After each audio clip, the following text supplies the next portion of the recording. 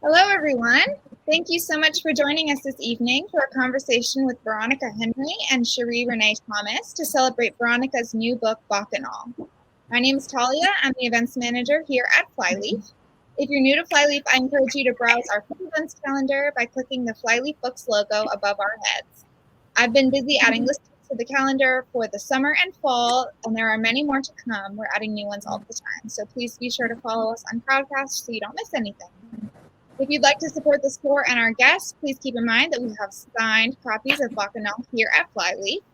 We're open for browsing, so you can come in to shop or click the link below our faces to buy books. If you've already bought your copy but you'd like to support the store, there will be a donate button available shortly at the bottom of your screen, and you can click that to send us just a couple dollars. We really appreciate that support as well. All right, so I will go ahead and introduce our authors tonight. Veronica G. Henry was born in Brooklyn and has been a bit of a Rolling Stone ever since. Her work has appeared in various online publications. She is a graduate of the Viable Paradise Workshop and a member of the Sci-Fi and Fantasy Writers of America. Veronica is proud to be of Sierra Leonean descent and counts her trip home as the most important of her life. She now writes in North Carolina, where she is happily addicted to fancy pens and paper, chocolate, and cupcakes. And Sheree Renée Thomas is an award-winning fiction writer, poet, and editor. Her work is inspired by myth and folklore, natural science, and Mississippi Delta conjure. 9 Bar Blues, Stories from an Ancient Future is her first all-prose collection. She's also the author of 2 multi-genre collections, Sleeping Under the Tree of Life and Shotgun Lullabies, and she edited the World Fantasy-winning Dark Matter anthologies. She edits for several journals, and her work has appeared in numerous anthology publications, including the Big Book of Modern Fantasy. She lives in her hometown of Memphis, Tennessee, near a mighty river and a pyramid. Thank you both so much for joining us tonight. Thank you so much. Thank you. Thank you. All right, I'm going to go ahead and turn off my microphone and camera to keep the focus on y'all. If anyone watching has any questions during the event, feel free to use the Ask a Question feature at the bottom of the screen or the chat to ask those questions, and I'll pop back up at the end to do a Q&A with the authors. All right, Veronica, you have the floor. You want to go ahead and introduce Bacchanal tonight? Absolutely. Thank you, Talia. Bacchanal, my debut novel, is the story of a 1930s carnival and a young woman who joins that carnival, who has to learn how to use her latent magical abilities in order to defeat an ancient evil. So that's Bacchanal. All right. And it would be beautiful if you can read from it so we can hear some of the beautiful writing that you've shared with us. Absolutely. Thank you. I have 2 selections that I'm going to read. The first, one from each point of view, one from the protagonist and one from the antagonist. The first here I'm going to read is from the antagonist, Geneva Broussard, who goes by the name of Geneva in America, but her real name is Ahiku. So here we learn a little bit about what keeps Geneva going. Each reading is about 5 minutes or so we'll finish up in about 10 minutes. Okay, this is Geneva at the carnival. The boy's colorless face was slack, lips partially opened. A sliver of drool fell from the left corner of his mouth. It was as if at 10 years old he had suffered a terrible seizure.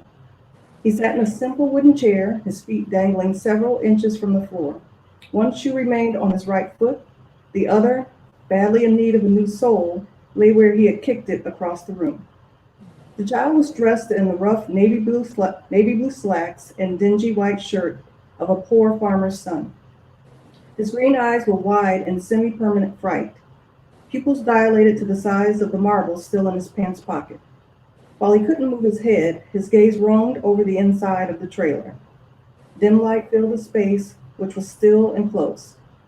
The shadows seemed to climb atop one another, struggling for room to stretch out. Countless masks covered the pale yellow walls that maybe once had been white. The wooden masks wore scowls, had long pointed chins, strange carvings. Others looked like they were made of plaster, painted in bright colors, freckled sparkles, blank holes for eyes. A Hebrew swayed to the thrum of spirited African drums. There may as well have been a man pounding out the rhythm right there behind her and her prey. The boy probably wondered where the music came from. There was certainly no man, and no phonograph either. He looked longingly at the windows on either side of the trailer, and Ahiku could imagine him picturing a daring escape. No matter, though, he was hers. There was a thick curtain at the back of the trailer, behind which she disappeared. She hissed at the woman bound in the corner. She'd deal with her after. And when she reemerged, she was wearing her smile. The boy had a panicked stink about him, something sweet trying hard to cover the smell of a feral dog. Ahiku had been told she had a natural iridescence like the coat of a most beautiful raven. Her dress, a cross between a gypsy's and an African queen's, all bright colors and flashy jewelry. Black skin with the sheen of a night sky, and she was near as tall as the boy's father. A red scarf was tied around her head, several long kiki braids trailed down her back. She smiled, flashing a glimpse of perfect milk-white teeth. She was visible only to her prey, the lure, a secret carnival attraction that only the most special kids could see. And there would be a treat, a toy truck afterwards. No, he shouldn't bother his parents. She'd have him back home before they were even missed. He put his hand with dirty fingers and rough skin in hers and followed her. She imagined his mother came outside later and wondered aloud, where did Toby wander off to? As the door to the red trailer had closed and bolted behind him, he'd spun, pounded Ahiku with his little fists and clawed, but she easily lifted him, plopping him into a wooden chair in the middle of the trailer and binding him with a complicated hand gesture. Ahiku sang in her language, her voice like silk thread lining a rough sweater. With more odd movements of her hands, she began to weave something into existence from the air. A shimmer that was there and then gone. The shimmer coalesced and took on the colors of the room. Ahiku blew a breath of cinnamon and spice before her head, her neck, and the rest of her body dissolved into a trail of dark smoke, easing toward Toby. Sweat rolled down Toby's frightened yet determined face as he struggled to move, to run. But Ahiku held him as if an invisible rope bound him to the chair. Her misty essence floated toward him and oozed into his nostrils. And his soul, escorted by Ahiku's deathly presence, rose up out through his skull. His gaze lifted from where he sat in the chair to the wispy version of himself as he twirled to look down on his former body in horror. The wisp of Toby attempted to flee through a window, but Ahiku only raised an elegant hand toward his fleeing soul. Toby's soul twisted and writhed until he tired, and soon he wedged himself in among the other small, scared souls, now existing only within her. Ahiku looked at the small, lifeless body, inhaled a satisfied gulp of cinnamon spice air, and burped as if she had consumed the most sumptuous meal of her life. So that is our dear antagonist, Ahiku, aka Geneva Broussard. Okay, the next piece that I'm going to read is from Liza's point of view, and this is her first day at the carnival, and she's a runner, so she's been tasked with just trying to help out wherever she needs help, whenever anybody else needs help. So she's going to get some cards for her friend Hope, so we'll start there. She guessed the figures jitterbugging behind the creepy masks were men, but the stilt dancers sent shivers up her spine. They pranced about with ease, one covered in silver from head to toe. His arm moved like an angel's wings. The other wore red garb, but his face was painted in the black and white image of a skull. The massive orange and red wig he wore shot out in all directions. The walkers rolled around Liza and passed on to Harry, another pack of carnival patrons. Liza collected herself and hustled off to Hope's trailer. On the way, she passed those women soldiers. They too had a show. They wore the strangest clothes. Loincloths, leather covering their breasts, bandanas wrapped their heads, beads draped at their waists and ankles. They were demonstrating their prowess with spears, throwing at a target set up more than 20 yards away. They hit the bullseye time and again, and identified marks that come up and give it a try. Miko chose that moment to leap out of her pocket. Miko! She took off after him. Hope would have to wait. Liza darted through the shadows, dodging customers, and pulled up short. Miko sat perched in front of the red trailer. It was still set off from the rest of the group. Clay's dark trailer off to the side. What's wrong with you? Liza scooped up her pet and hastened to back away. Slow, quiet steps the way her father had taught her. The movement caught her eye. A lone light flickered in the red trailer's window. Multiple shadows filled the space. Animated voices and the rhythmic beat of African drums drifted from the open windows. The drums stopped. She froze, but Miko screeched loudly. As badly as Liza wanted to run and turn and run away, she couldn't. Something held her in place. Not even the terror-stricken scream trapped in her chest could escape. A thick, swirling white smoke lilted out of the window and snaked toward her. The screeching rose. Scared out of her mind, she couldn't obey the images her pet was sending her. Danger, and run. So in desperation, she called on a flock of birds flying overhead, sending an image of them flying downward toward her and protecting her. The flock diverted from its celestial path into a fierce dive. They tore around the smoke but failed to penetrate it, bouncing off like ping pong balls. But it was enough. Whatever held her faltered. Liza ran back the way she'd come, but not before her peripheral vision caught sight of a fluttering of colored skirts. Gone in a backward glance. As she reached the carnival again, she bent over, breath coming in ragged gasps. Her breath stopped altogether when the Ferris wheel, in mid-spin, went dark. Everyone seemed to look toward the Ferris wheel at the same time. They moved like a river of bodies, as if toward the edge of a waterfall. As Liza approached, the lights came back on and the wheel started turning again. Hope was there. And where am I? She didn't get to finish the sentence. I tell you, Mrs. Shippen went up on that thing. Flower dress about yay high. The farmer held his hand up to his shoulder. It was Albert, the man with the sick calf, talking to Clay. Liza ducked behind Hope. She hadn't forgotten about how she'd fled town days before. With the sheriff's lazy constitution and the extra coins in his pocket from whatever deal he'd struck with Clay, she didn't think he'd bother looking for her any further. But if trouble was brewing, there was no telling what would happen if he got wind of her presence. He even took off her hat before she climbed in. What did you do with her? Albert's eyes had gone wild, and a crowd of angry onlookers gathered behind him. Mrs. Shippen? Lost? Sir, Clay said, I haven't seen anybody matching that description go up on my wheel. Now I tell you, your lady friend is probably on another ride. The redhead hid his nervousness well, but to Liza's trained eye it was plain as day. Calling me a liar, mister? Albert stomped up to Clay's face, spittle flying. I know she was on there. Waved to her, she went up to the top myself. Why don't we talk about this over here? Clay took the man's arm and tried to lean him away, but all hell broke loose. Albert swung a fist, connecting with the carnival manager's jaw.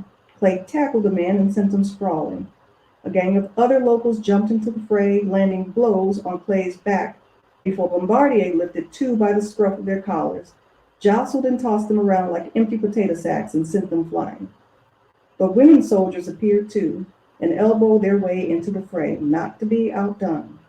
They cracked many a head with those short sticks or spears. Liza wasn't sure which one they were. And I will close there. More shenanigans continue after that.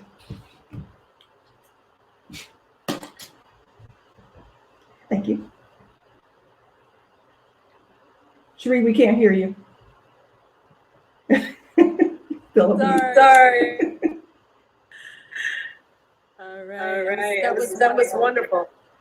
Thank you. So I'm going to read a little bit. I'm hearing echo. Are you hearing an echo? I'll mute while you're talking. Sheree, could you go ahead and refresh your page real quick? Can I do what? Refresh.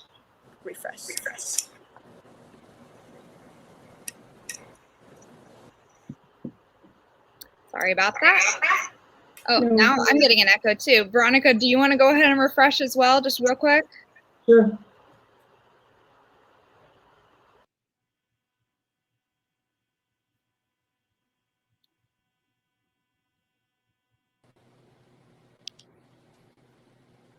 Hi, Veronica is refreshing as well. Great. Okay, how's that? How are we doing? All right. I Thank I you. think that's better. All right, Right. carry on.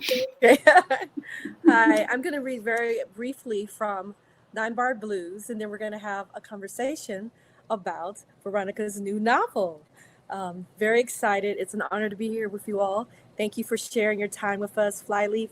Thank you so much for hosting this wonderful gathering of Southern spirits. And I just want to also say, I don't know if Veronica knew that you're from Sierra Leone. I found out that it is part of my distant ancestry as well. So it's just, I feel like you're a sister in another way as well. So that's great. I did the same thing, the ancestry test. Yes.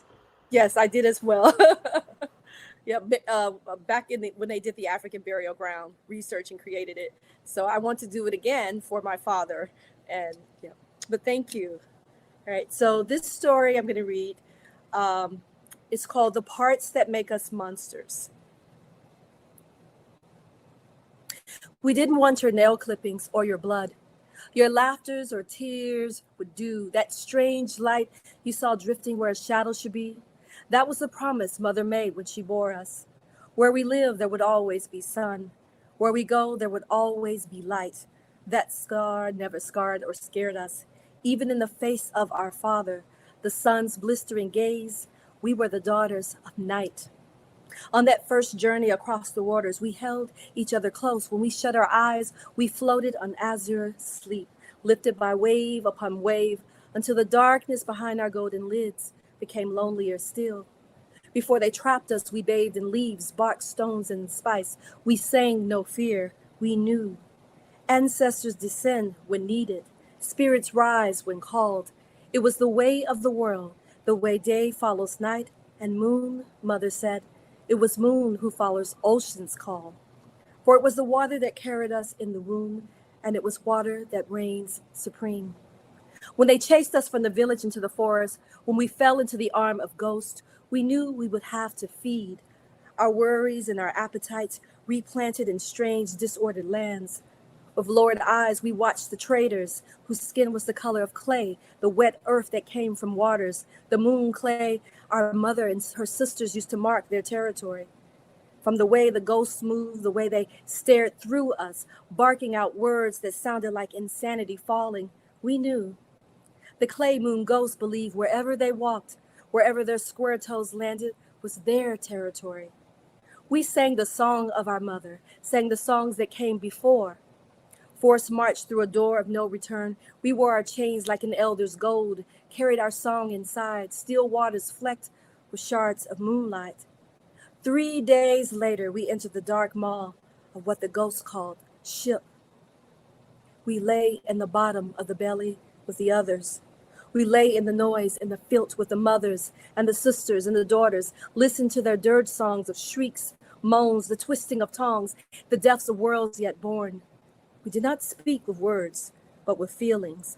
Ours was the language of survival, of flight. Mistress Godwin was a laughing girl, a mere child, barely a woman when we joined her, her cheeks and eyes still flushed with the sounds of mirth. Disappointment had not yet clawed its way into her heart. Her breasts were hard blossoms, yet to break earth. Mistress, we sang, Mistress Godwin, but she did not speak or smile. In this strange land, dead tongues no longer answered us. God wins, we laughed. God wins, we cried. The sound of our pleasure frightened the blackbirds in the trees. When they found her, her skin had grown pale, her temples the color of sour milk. We only meant to take a little, but the hunger had long since overtaken us, such a long journey from home. We wanted to taste the sound of her laughter, to let the woman child's joy fill the hollows that hid deep inside. Like the ghosts, we took too much, and just like them, we were not ashamed. Thirst is thirst. When the good mistress grew still and joined whatever cold ancestors that claimed her, we dropped the slop bucket in the field, left the dough rising in the wooden bowl, abandoned our chores. We drained the others and fled, taking their laughter with us. Into the wild forest we ran, cousin to the bush that once betrayed us. We hid in wildness. We hid in plain sight, and hickory and peepaw and loblolly pine, and the light that has always claimed us. We waited, sparkling light where shadows should be. The blackbirds visited us, kept us company in the silent years when even the first ones marked our hunting ground in the language of their fear. Croatoan, they later said. Croatoan carved into the heart of a tree. But no tongue has found the right tones to name us. 20 years later, finally the blackbirds crowed good news. When a new beast arrived, it bore 120 souls, but none like us were in its belly. We took what sustenance we could from the joyless ones who struggled to make the dry bone land home. In time, their parched throats would rival our own, for the old gods of this land refused to send rain, and thirst is thirst. Leaf, ghost, earth, light, we suffered together. Finally, when we had grown so weak, our light only the spark of fireflies, 20 and odd men joined the colony. A few suns later, a woman appeared, Angela. Their ebon skin and eyes stirred memory. The ghost of their laughter refracted light of our own, of kin. The sound, infrequent as it was, reminded us of home. And because we are our mother's daughters, we left the men and the lone woman who could be kin. Hungry as we were, after the journey across the big water, their bodies held such little joy, we were ashamed to drain them. We knew, even in strange lands, old seas release fresh roots. Eyes singing with memory, we fled again, taking the silver shards of light with us. We left temptation and the shadows and something close to sorrow. We buried thirst in the seed of ourselves deep within the forest.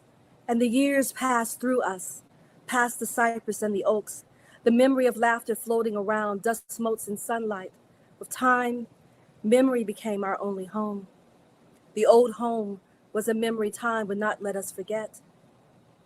Some night days, we dream. Our thoughts are upside down.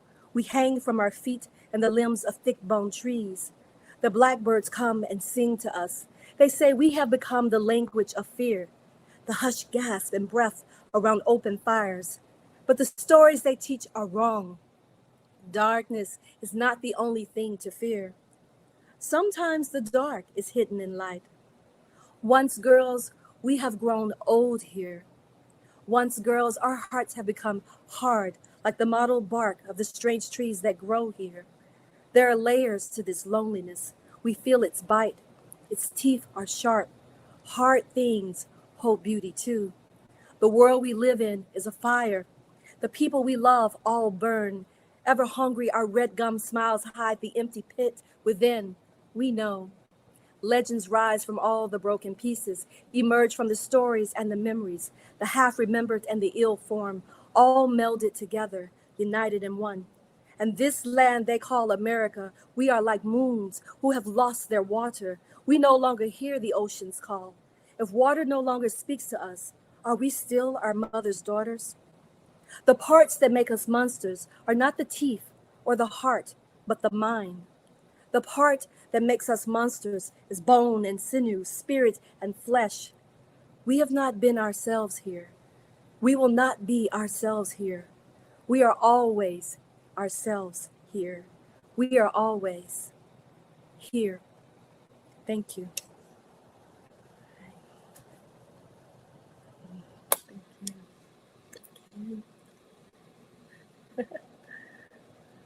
That would help, wouldn't it? That was one of my favorites. That was beautiful. Thank you. A little short piece. Thank you so much. Good one. Now, what I really was excited about when I had the opportunity to talk with you is to connect with another sister who writes from the spirit of the South, who evokes some of the folklore and the power and the magic of the American South, but also you reach back to our older heritage, right? And you draw it in a way that captures the essence of it, but also kind of introduces you to a new way of thinking about it. Could you tell us a little bit, Veronica, about what was the seed that became, that burning new growing thing that was this novel? There's so much that goes into it, right? You are probably very familiar. It could be something we read, something we see, something we observe, a conversation, that you overhear. And for me, for example, like the title, Bacchanal, that came from a Gwendolyn Brooks poem. I think it was Annie Allen, right? So the title came from there. And I believe one of your stories in 9 Bar Blues also borrows a Gwendolyn Brooks line, right? So there was that. The title came from that. And then you look at the things that I read. For example, the folklore, African and Caribbean folklore that you get from Zora Neale Hurston and also like Nala Hopkinson. And then you have the concept of gods on earth that I got from Neil Gaiman. And then, of course, the carnival setting you get from Ray Bradbury. I'm a big fan of that book. Something Wicked with This Way Comes, if you guys haven't read. So the good thing is you get to play with all of those things. I even have a sister that loves funnel cakes, right? So all of that kind of goes into it. And you get to play with all of those things. And when you combine that with your own imagination, you come up with something totally new and something fresh. And that was honestly the seed or the seeds for Bacchanal. Wow. It is just a wonderful, like a gumbo, right? Fantastic. And I think this is also kind of a mini masterclass on the creative process, because sometimes, I encounter a lot of emerging writers. I like to support emerging writers with my work with the Magazine of Fantasy and Science Fiction. That is one of the things I hope to do, is to introduce more new voices, and not just our veteran beloved writers, but people who are doing their journey, because their work is powerful and it should have a big platform to launch them. But sometimes people think that you have to have one way of approaching the page, one way you approach the story. But really, the way that you seem to have created your story is like a poet or a visual artist, like an installation artist. You're gathering inspiration in your journey. And it's almost like quilting together a theme until you get to the heart of what you want to write about, and bringing all your full self to the page, bringing your full self to it. Absolutely. The creative process is, it's evolved for me over time. It used to be a little bit more helter-skelter, but just in the last few years, I've developed a process that works really well. So it starts out, of course, like all stories, with a what-if question. And that what-if question for me is, if there were a carnival set during the Great Depression, but that carnival was populated only by Black people, what would that look like? What would be their challenges? What would their lives be like? Where would these people come from? And what would drive them into that sort of lifestyle, right? So giving up a permanent home, wherever that home may be, and deciding to go on the road, travel across the South, each of the people that were going to populate this carnival had to have a really interesting backstory that drove them to that sort of life. So for me, the process starts out with that what if question. And from there, that leads me to research. So in this instance, there was just so much. There's American history, there's African history, even Caribbean, when you look at some of the origins of carnival and stuff like that, because it looks totally different, in the Caribbean and even in Spain than it does here in America. So, there's carnival stuff that you have to research, lingo, all of that type of things. And so after I start the research, the characters start to emerge. And for me, interestingly enough, Iloko was the first character that came out of that. Oh, okay. I was doing some research on mythical African. I wasn't supposed to be doing research on that. Something I was reading led me down the road to mythical African creatures. And when I read about the Iloko, if you don't know the history, it's a creature that originates in Zaire, which is, I think, modern day Republic of Congo. But he's a dwarf-like grass-covered creature with a snout and claws. And he's got a taste for something other than, let's say, berries. So that creature emerged first, and I thought, who else would populate a Black carnival with him? So he went in first, and then after that, the other characters started coming to me and emerging. And I essentially start out writing notes, long form. I always write long form by hand at first. And for each of the characters, I sometimes, at least the main characters, I come up with like a journal entry. And that kind of just gives me an idea of who they are, what their story is, and what their voice is. And it kind of evolves from there. What is What the is it? uh-oh, Here you go. I can hear you. Okay. What are some of the things that you discovered in that rabbit hole of research besides this amazing creature from Zaire that you wanted to talk about today? Oh, you're muted.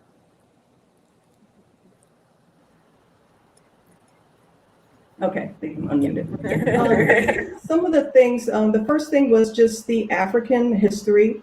And what was amazing to me is how much of it we brought with us. Even though we couldn't bring the language, there's certain parts of who we are that we brought with us and we stood there. Not only the things like, skills, like, the things that we did that they brought us over here for, things to grow and all that, but our songs, part of the language actually even, survived in parts of the South Carolina, the Gullah Geechee people, things like that.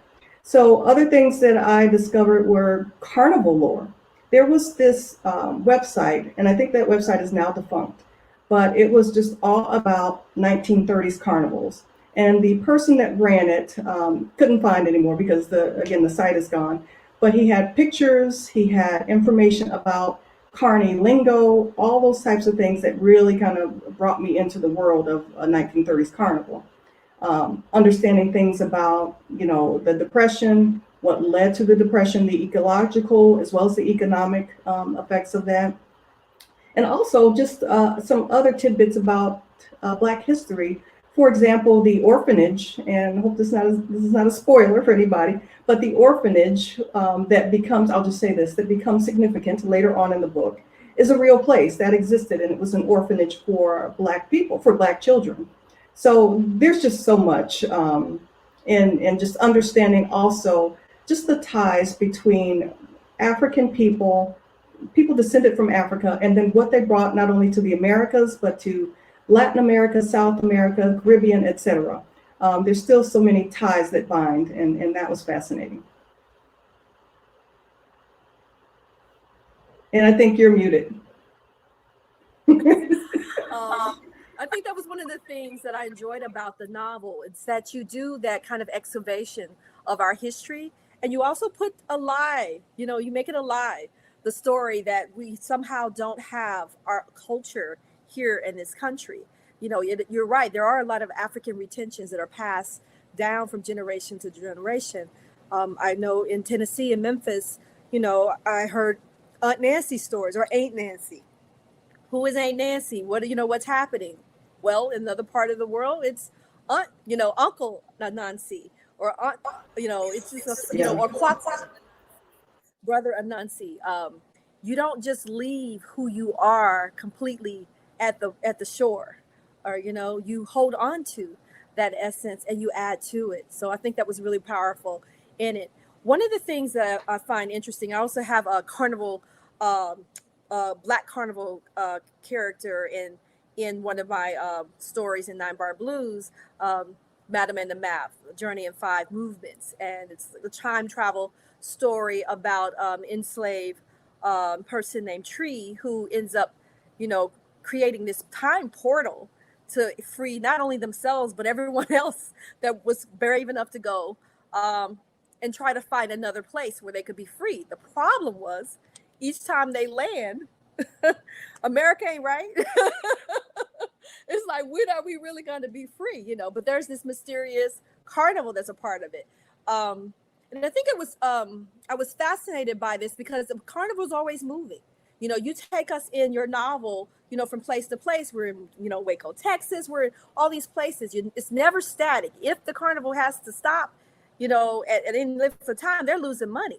People are going to be hungry, so you have to travel. You also traveling with the seasons, So one of the things that I was a little bit kind of concerned about was, how do you take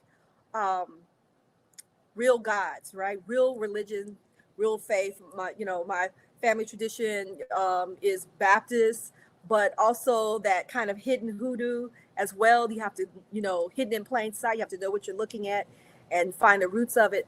How do you write about these faiths, these long old traditions, in a way that doesn't dishonor it? Because I know you have, Geneva, has a lot of magic and power, but she's ultimately making evil choices with that power. She's taking lives. So did you find it kind of something that you had to navigate when you were working on it? Absolutely. When you write about a culture, especially one that's not your own, we can claim a bit of Africa, but having not grown up there and been born there, it's a tightrope that you have to walk, so that you're paying respect to someone else's religion, someone else's culture even, but also taking license enough as a person that writes fictional stories, that writes in a fictional world, and being able to add your own interpretation on that. So what I attempted to do, and what I attempt to do in all my writing really, is to ensure that I'm giving an accurate representation as I can, and also ensure that I'm showing both sides of the character. I didn't want to make, and certainly Geneva is not a great person, a great character. She has some issues, right? I mean, some terrible issues, but even in crafting her, I wanted people to understand what created her. And that's the balance that I tried to create in all of the characters in Bacchanal. I wanted the people to understand that there is a thin line, a lot of times, between good and evil, and that even the worst villain on the planet, A, doesn't see themselves as a villain a lot of times, Yeah. and B, thinks that what they're doing a lot of times is just a means to justify an end. So, especially with Geneva, I think that I wanted to show both sides of her. I didn't want to show her as all evil. I wanted the reader to understand that she's doing what she feels like she has to do to survive, that she's doing, and by contrast, she's also trying to help and support and take care of the people in the carnival. She values them in her own way, of course. Mm-hmm. So she's, like everybody, complex. She is, just self-serving, but also has a part of her that cares for the people in a carnival. The time period that the novel is set, the Depression era, we are most accustomed to thinking of the grapes of wrath and works like that. Very rarely do you see stories of Black lives during that era, right? How did that shape some of the work that you did on this? That's a very good question, because it was difficult. I thought about when carnivals were popular. In the 30s, of course, where it was the heyday of the American carnival. It's trickled off every decade since then. But during that time, it was not, frankly, a really good time for us. And so I struggled with how to convey that properly without making that the central part of the story. So there were points throughout the narrative when I made it clear that this was a challenging time and a challenging place, even throughout the American South, for Black people to exist. But I also didn't shy away from it. I didn't shy away from that, but I did not make that the focus. So I wanted to have a balance in that we understand that even for Black people in the midst of the most horrible circumstances, we always find a way to be joyful. We always find a way to survive. And so that was part of the idea that I wanted to convey with the characters, with the carnival, and with the time period as well. The thing about your book also, besides finding that, moving through that balance of darkness and light, you have a character, Liza, who has many gifts, but didn't walk as if she was aware of it. So she has a journey that she has to make as a young woman coming of age. And I think it's something that makes the novel something that will be very relevant and resonate with people of multiple ages. I feel like I can give this to, my friend's daughters, the very precocious one who's reading ahead of her class, and she would dive into this and be able to kind of follow along. Can you talk a little bit about our hero in this novel, Liza? Certainly. Liza's an interesting character, and she came to me second.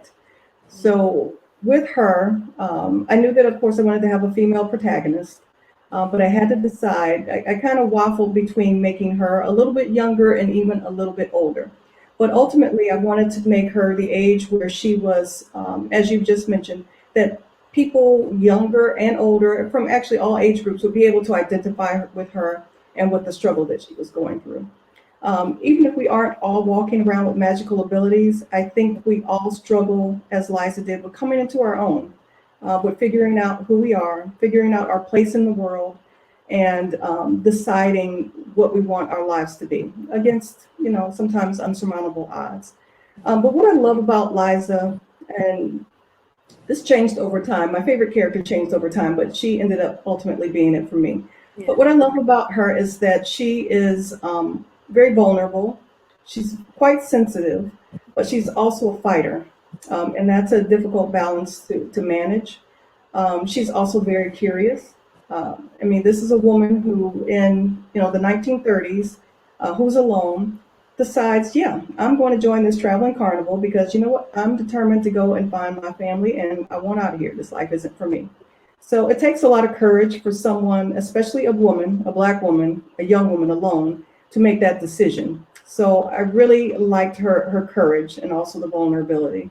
And it doesn't hurt that Liza was a reader either. Yeah, you got to be able to be very observant, and be have other senses. You need that, and I Yeah. feel like it's not even just like the kind of embodiment of Black girl magic, but it's just kind of showing like the responsibility of it. Mhm. How sometimes we have to face things like it's not everyone has gifts, but not everyone feels as if they deserve those gifts. Right. And so they find ways to kind of self-sabotage, Hmm. right? Yeah. And to try to hide. In your novel, Liza couldn't hide for No. long, and so she has to, make some tough choices and face some things that would have been easier for her, probably more comfortable for her to stay kind of ignorant of it and to rationalize it away. Can you talk Absolutely. about that? Yeah, yeah. Mhm. Yeah, she definitely wants to. She's a person that wants to hide in plain sight. She's not comfortable with her gift. She doesn't want the gift. It's a gift that has had mixed results.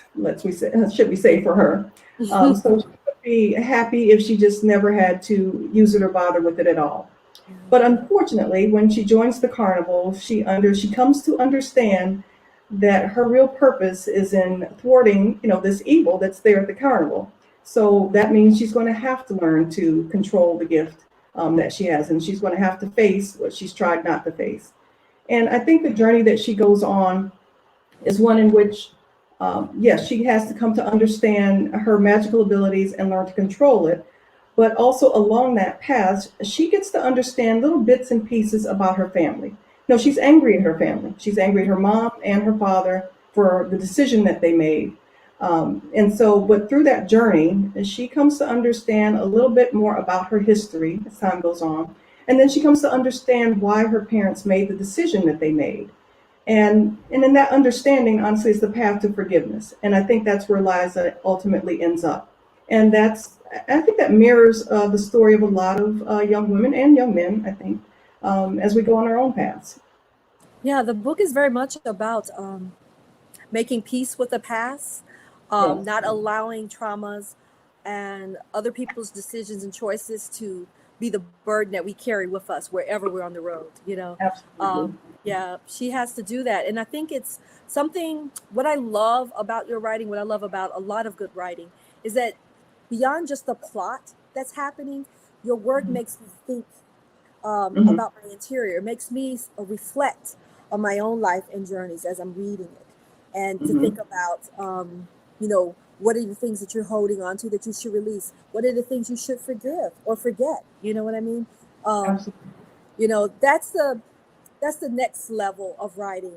It's the plot of the Yeah. characters. This the arc of the characters and their change on the page, but also the arc in the person. If your writing can't even stimulate us to feel or even root for the characters Right. the way that we root for Liza, we want her to survive. We want her to discover what she needs to discover and to basically expose the things that need to be brought to the light, right? Absolutely. It takes great courage. But then there's also another art to the book where you are reflecting about the larger world around us, you know. Mm-hmm. I think it's a great novel for the time period that we are experiencing as a society right now. Mm-hmm. Absolutely. Sure.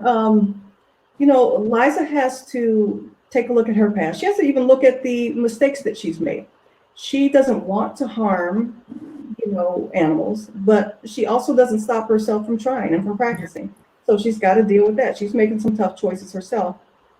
And in the time period that this takes place, like you said, it actually mirrors a lot of what we see still going on today. So in the novel, I not only wanted to expose a little bit of American history and talk about American and African history, but frankly, to interrogate that history, right? To hold it up to the light, to face it, because that's the only way that we're going to ever to solve some of the problems that we're still facing today, is to look at that history, to own it, to understand it, and then move on. And that was actually really difficult to write because there's some scenes that are difficult in the novel. They were painful to write, but I also thought that I owed it to the character, to the books, and to the audience not to turn away from it, but to face it and to present it in a light that was not sensational, but that also did not shy away from the pain of the American past. You have about 42 short chapters. This is a book that is well paced. In the sense that you move through it very kind of episodically. And in a way, it kind of lends itself to me naturally to film adaptation. I don't know. We all just came out of this Love Country, you know, obsession. I don't think I've ever in my life seen this many fan groups for, you know, a kind of television show where when it ended, people all over the world were, you know, still obsessing over the characters and trying to figure out how the next season, if there was a next season, could happen. That's just the mark of a work that has, the world building is powerful, it's rich, it's large, it's big hip, as I like to say, and you can move through it easily. But you end the novel, and we're not going to spoil it, but you end the novel with a bit of an after note. Could you talk a little bit about that for us? Yeah. Certainly, it will do so without any spoilers, but I thought the way that the final scene culminated, at first that's where I was going to end it, frankly. Only my editor and was like, no. Show must go on. One beat more. But, exactly. So I just had to give that one a little bit more thought and say, okay, I understand. I did not want to draw out the ending because nothing is more painful than a story that is over, but that the author doesn't know it. So I definitely wanted to convey what happened after and give some sort of wrap up to what happened after the final scene. And maybe even leave a little hint of the possibility of something more to come. So I think we get a glimpse of Liza in the aftermath, and we understand what came to be of some of the characters in the story and some not. But yeah, I think it's a nice ending. I think it's the right choice to not end it where I thought previously. And it'll be interesting. It'll be interesting to hear the audience talk a little bit about the ending, what folks thought about it, if it should have been longer, shorter, just end it where I had it originally. But and ultimately, I think I made the right choice. All right. Can you talk a little bit about your new? Go ahead. You know what? We'll save that for the Q&A. Yeah, we have a few audience questions, so I want to jump in and ask a few of those before we run out of time. So I have a question here from Sun Moon Star, who says, which character's perspective was your favorite to write about? Oh gosh, that's a really good question. And there were two. If I can cheat and say two. Liza's my favorite character, but writing from Clay's perspective and writing from Geneva's perspective, that was a heck of a lot of fun. Because these characters were, he's duplicitous, right? He's involved in some bad stuff, but he's self-serving. but he's also extremely religious and believes in, let's say, punishment.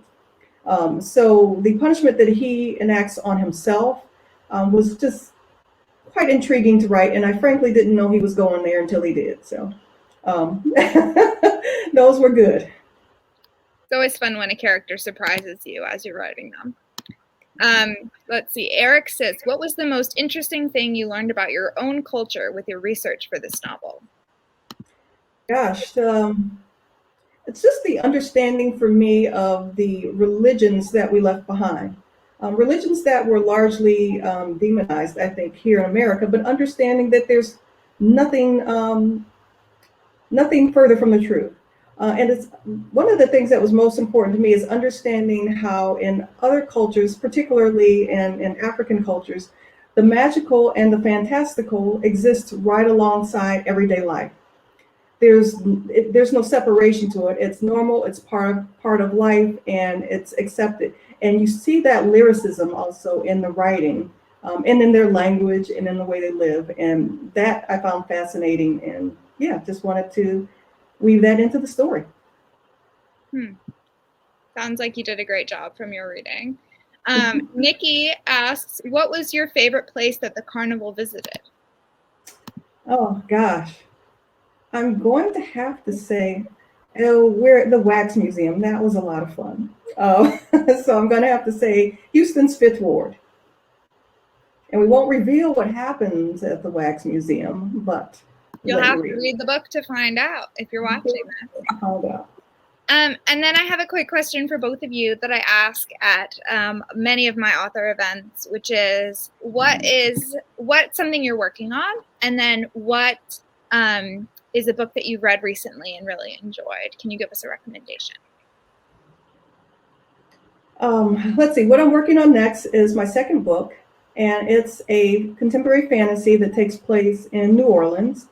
Let's see. There's magic. There is traditional West African religion, and a cast of characters that you are going to absolutely love. And that will be out probably early next year, February or March.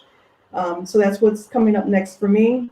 A book besides, of course, 9 Bar Blues that I love and read and have aspirations to be half as good. But another book that I am reading right now is just released as well. Not maybe a month ago. It's called The Unbroken, and it's by C.L. Clark. One of the things I'm working on, and I'm a little superstitious about it, so I don't usually tell people the stuff that I'm working on because I don't want to jinx it. I just want to, I want it to live and grow and not be like, you telling all my business, and go away, right? But I am working on some projects of my own. And so we'll see how those go.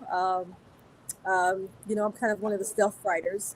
I go under the radar, and then you see all the things. But those things have been in motion for a long time, or several years at least. In terms of community work that I can speak on, I am co-curating a Afrofuturism citywide festival in New York, where I am right now, away from home, or my second home, my home for over 2 decades, with Carnegie Hall. So that should be a lot of fun. It's happening next spring. So we should talk, Veronica, because maybe, that new book will be ready. And I'm just finished editing Africa Risen, which is a collection of original short stories from Africa and the diaspora. And I'm excited about those stories. We got some really good work, wonderful work from different places I was very happy to see. So I can't wait for you to experience that next year. And this fall, you'll get a chance to read a collection called Trouble the Waters, Tell the Deep Blue, which I co-edited with Ken Morgan and Troy L. Wiggins, Troy of Fire Magazine. And they are basically water tales, speculative fiction, set on the water, mommy water, and all these different characters and spirits from around the world. So lots of writers to enjoy. That sounds awesome. The book I'm reading right now is Juneteenth. So I read a lot of nonfiction. also I'm reading Juneteenth and a book on capoeira. Yeah, so Cool. Is that the Juneteenth book from Annette Gordon Reed? it is. We're actually hosting her in conversation for the Chapel Hill Carborough local Juneteenth festival.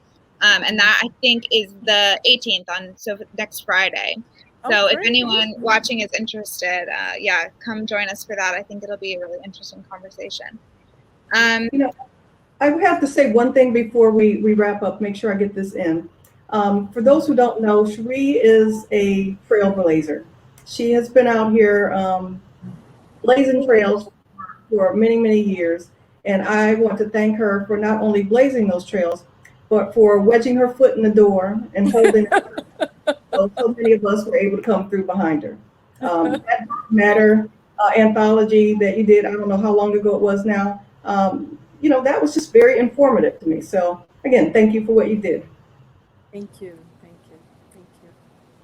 All right, we are going to go ahead and wrap up tonight. If anyone who's watching would like to purchase a copy of Bacchanal or 9 Bar Blues, you can click the green link just below our faces and buy a copy from Flyleaf. And our copies of Bacchanal are all signed by the author.